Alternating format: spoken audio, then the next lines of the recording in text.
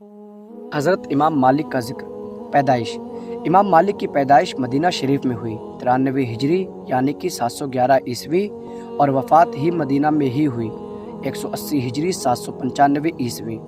आज 2023 में आपको वफ़ात पाए हुए 1228 साल हो चुके हैं। आपकी कुल उम्र 87 साल हुई। नाम मालिक बिन अनस। आपके वालिद का नाम अनस और वालिदा का नाम आलिया था।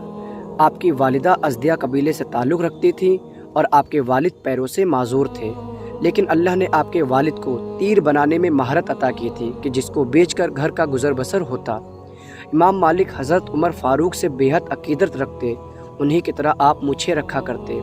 इमाम मालिक हकीकी मदनी थे, यानी कि मदीना में पैदा भी हुए, इल्म भी हासिल किया, पढ़ाया भी और वफ़ात भी मदीना में ही पाई। आपने अपनी ज़िंदगी में सिर्फ़ एक हज किया।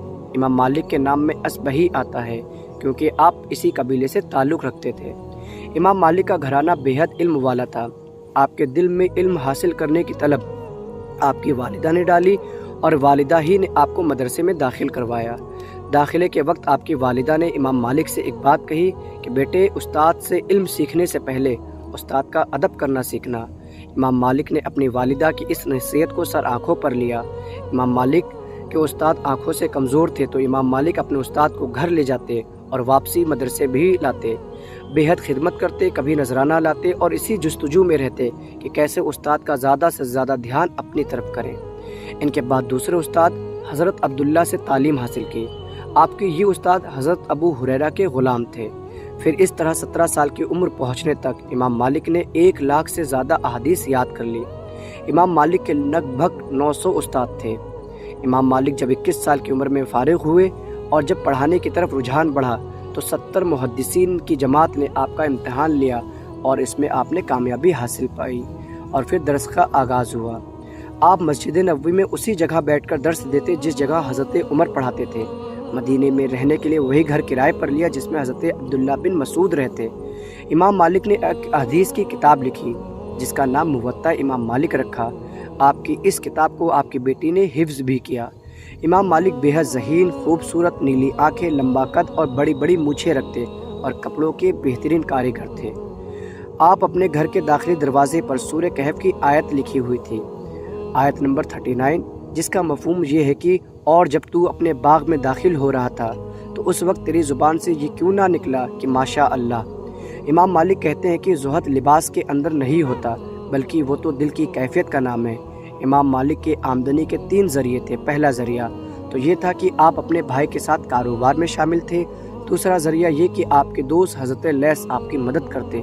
तीसरा ज़रिया ये था कि आप मक्का और मदीना के बड़े मुफ्तियों में से एक थे तो मक्का का गवर्नर आपकी मदद करता। इमाम मालिक की सबसे बड़ी करामत आपकी किताब यानी कि मुवत्ता इमाम मालिक है। इसमें 1720 अहादीस जमा की गई हैं और इस किताब को बेहद बारीकी से लिखा है जो कि इसके नाम से ज़ाहिर भी होता है। मुवत्ता इसमें मफ़ूल का सीगा है और इस लफ्ज़ का मतलब होता है कि तैयार क्या हुआ, रौंदा हुआ। इमाम मालिक ने इस किताब को तैयार करने के लिए 1 लाख अहादीस से चुनाव किया जिसमें से 10,000 निकाली और फिर इनमें से चुनाव किया जिसमें से 1720 निकाली। इस किताब के अंदर 1720 अहादीस जमा हैं जिसमें 600 हदीस मुसनद हैं। मुसनद वो हदीस होती है जिसमें एक भी रावी यानी कि नरेटर साकित ना हो। 222 मुरसल हैं। मुरसल वो हदीस होती है जिसमें ताबई ये कहे कि मैंने ये बात हुजूर से सुनी और बीच से सहाबी को छोड़ दे। और 617 मौकूफ़ हैं, बाकी 275 अक़वाल ताबई हैं।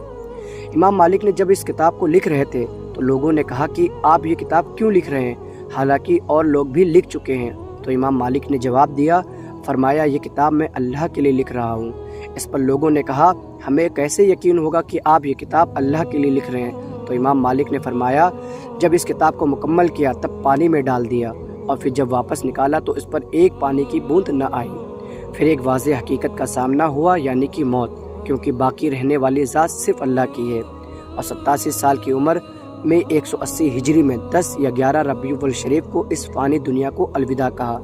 वक्त वफ़ात आपके पास 100 से ज़्यादा शागिर्द तशरीफ़ फरमा थे। आपके ख़ास शागिर्द याहिया बिन याहिया ने आपकी तदफीन की। काश कि हम लोग अपने बुज़ुर्गों की सही शान और अज़मत से वाबस्ता होते, लेकिन हमारे अक्सर रहनुमाओं ने न जाने किस तरह की बयानबाजियों को अपना तरीका बना लिया है।